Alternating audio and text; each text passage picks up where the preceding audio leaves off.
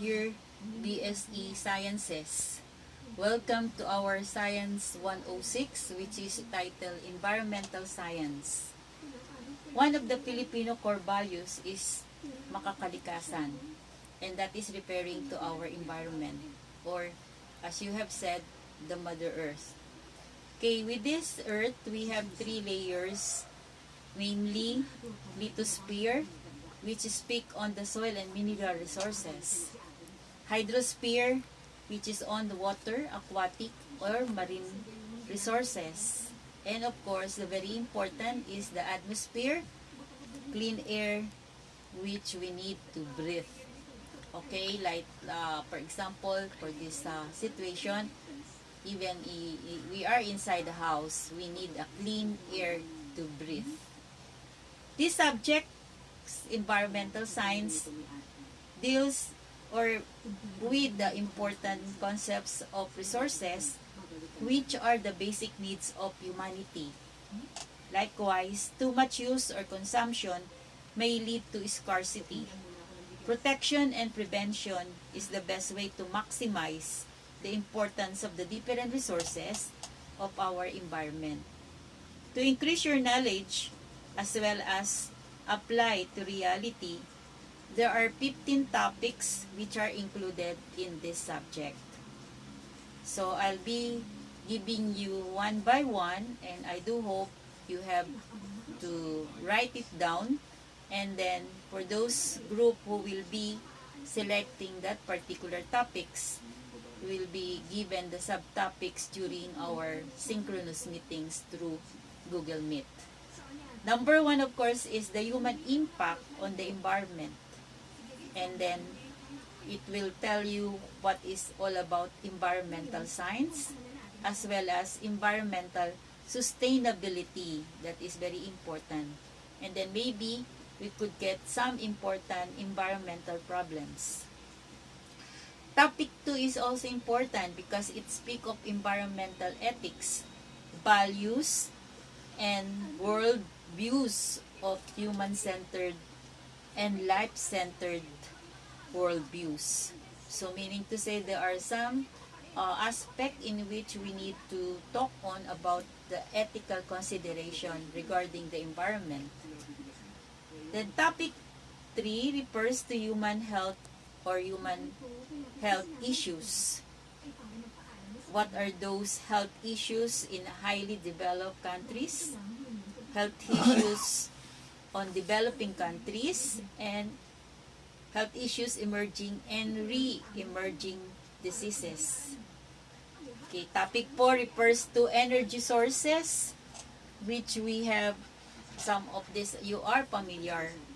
Fossil fuel, coal, oil and natural gases, and maybe the last one is not so familiar with you, or what we call sync fuels.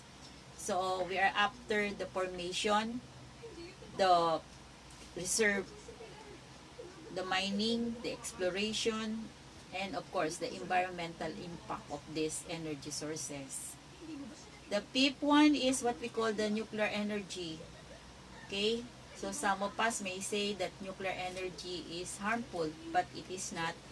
When we know all this process, the fission, the fusion, and safety on these radioactive waste. Okay, topic 6 refer to the renewable energy, and you are familiar with this. And we need also to conserve this solar energy, biomass, wind, hydropower, geothermal, and tidal energy. Okay, this energy could help us even without the electricity from Meralco, in which most of our Filipino citizens are having problem with the electric bill. We could have this energy as a substitute. Then we have the next topic. For the 7th topic, we have the so-called precious resources. And one of the precious resources is the water resources. Okay, we know how important the water, and then there are also some problems that we may encounter, and we should know how to manage and conserve. The next precious resource is what we call the soil resources. Soil resources, so it refers not only to it is more on the agricultural resources. Then next we have the mineral resources. It's different, the soil is different from the mineral resources because this is more on the so-called, maybe you are familiar with mining. Okay, so there are some mineral conservation also to be observed. And of course the next topic, which is the 10th topic, is what we call the land resources. And the land resources is different from the soil and mineral resources because this is more on the parks and wildlife. And we could also include the coastal areas of when we speak of the land resources. Okay, so for the 11th topic, which is very important, and we all know this is the basic need, or what we call the food resources. Food resources referring to the world food security, how much food we have already in every country, and are we losing this, or we still need? It's what we call the law of supply and demand. Okay, we also need to know on the different crops that could be planted as well as harvested and then be taken as our food. It is also as one of our food could be considered those coming from the sea, or what we call the aquaculture or the fish farming. And then we also take note of those what we call the solution that may we encounter for fishing. Okay, the next topic we have air pollution. As I've said earlier, the atmosphere, we need to have a clean air in order for us to breathe. And then what are the effect of this air pollution? And then of course we have the so-called ozone depletion, in which consider also under air pollution. We have the indoor air pollution, so we are inside the house, we could still have the kind of pollution that should not be considered as healthy for human. Okay, and then another important which we have also as an issue is the global climate change. So what causes and the effect of this global climate change, the implication that will bring us of the climate change, and what about the so-called mitigation and adaptation, how to reduce the greenhouse gas emission. And then since we also have taken, as you have said, water, so for water pollution we need also to consider the types and the quality in which we are going to improve our water pollution.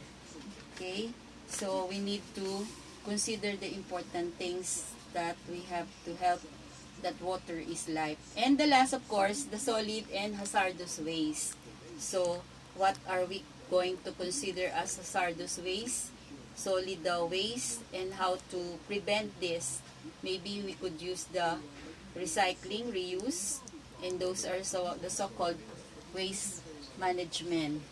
Okay, so in each of these topics, we are important to discuss and give real examples as we observe in our environment. And the place where we live is healthy if we are the one to consider the things that we need to protect, prevent, conserve. Those are the words that we consider in order for us to have a healthy environment. So with more examples that you can give, you will have more knowledge and skills to know, to develop, in order for you to be aware of what is happening in the surrounding. So that's all for today. So I do hope you like and subscribe our YouTube channel. See you next time.